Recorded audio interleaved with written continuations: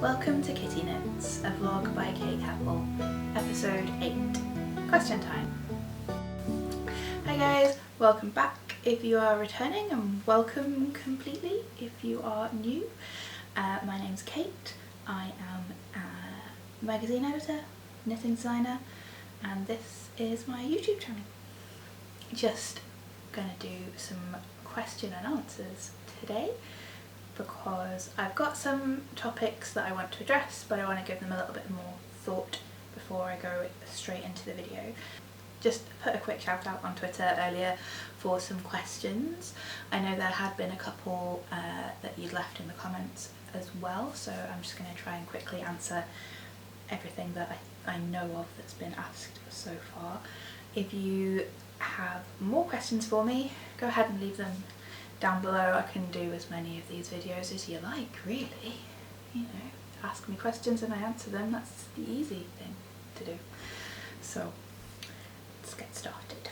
Isla asked, I know you have to use certain yarns each issue. How do you match a yarn with the design or the designer?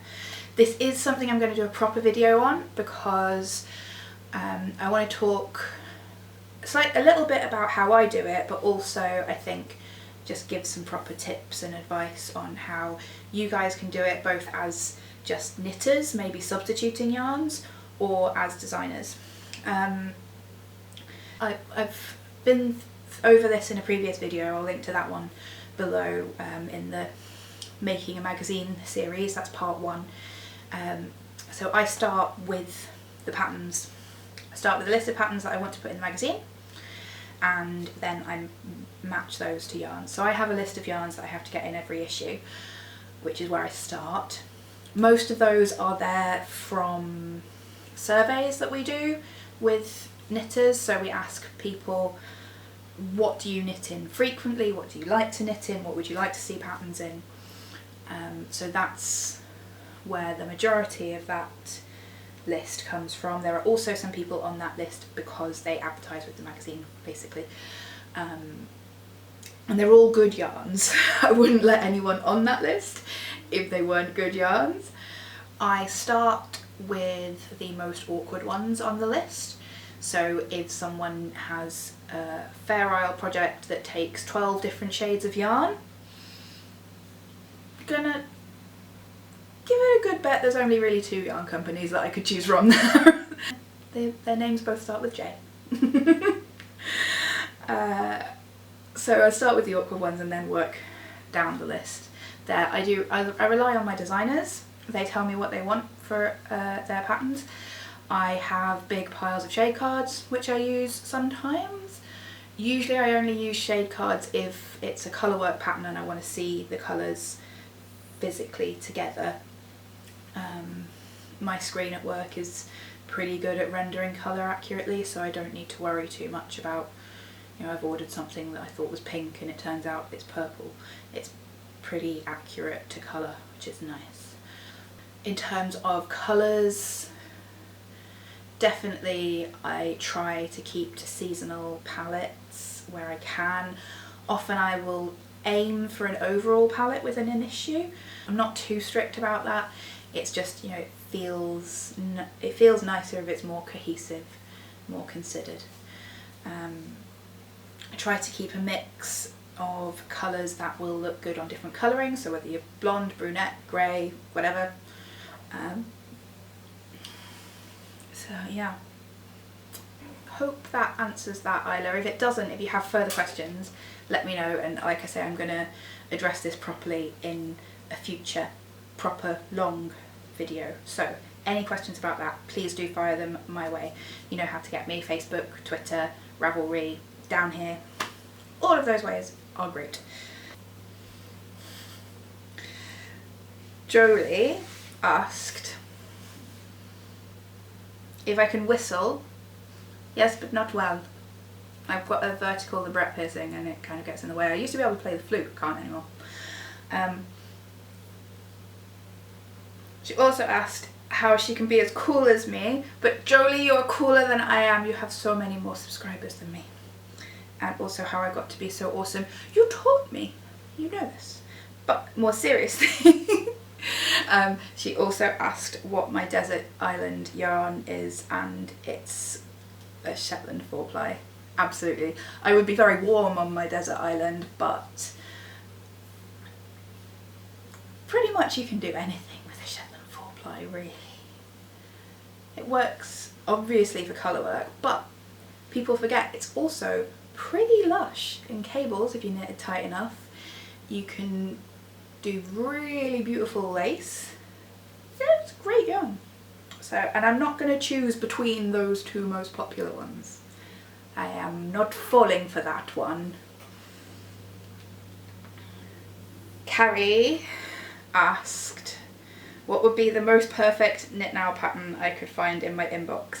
So I've just put out a call for submissions, which I will link to down below. Generally, I would like to see patterns which aren't necessarily garments, but which address the brief. Is that too general?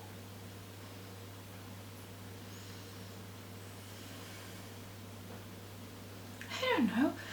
If I knew what the perfect pattern was, I'd just write it myself. Like, this is what you guys are for. You come up with the ideas.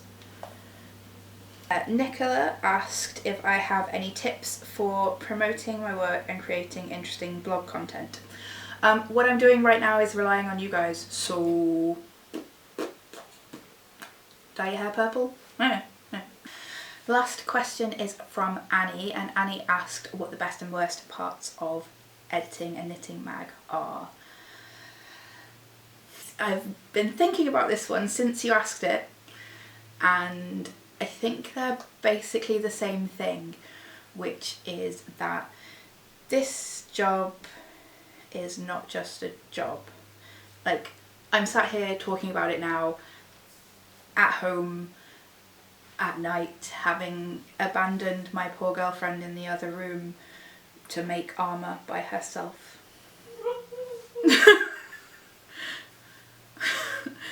So it does kind of permeate all of my life in many ways. I do work weekends, I work late, I really intensely care about everything, which is quite tiring, and it's quite hard to escape from. So I will get work questions on Instagram and Facebook coming through to my phone at 2 o'clock in the morning.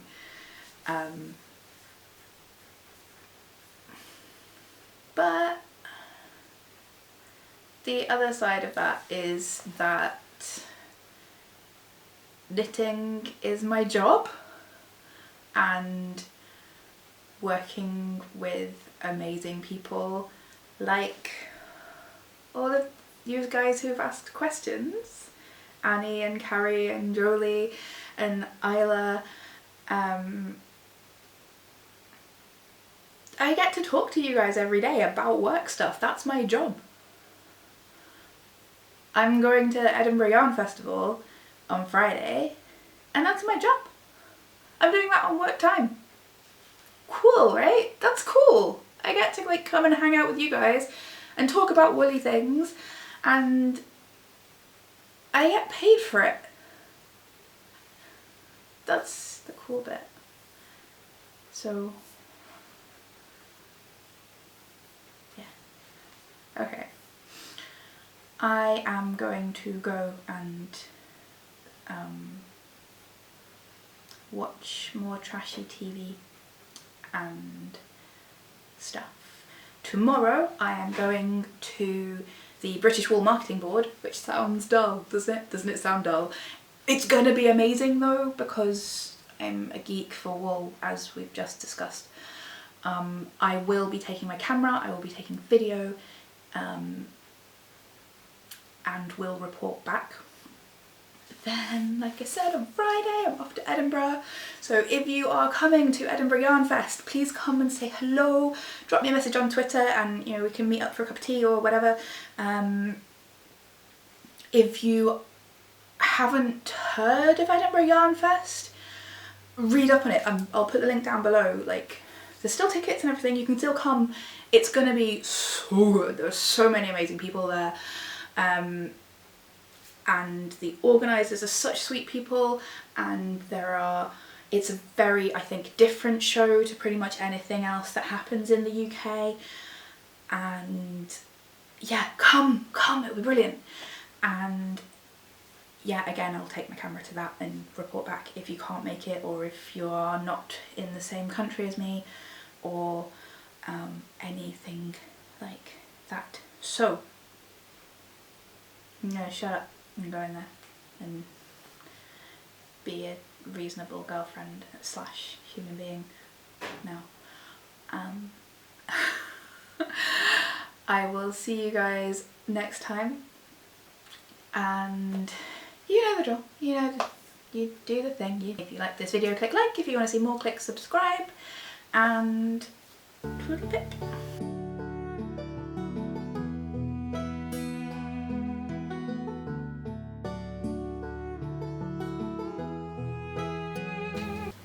Oh god, I don't even know what episode I'm on.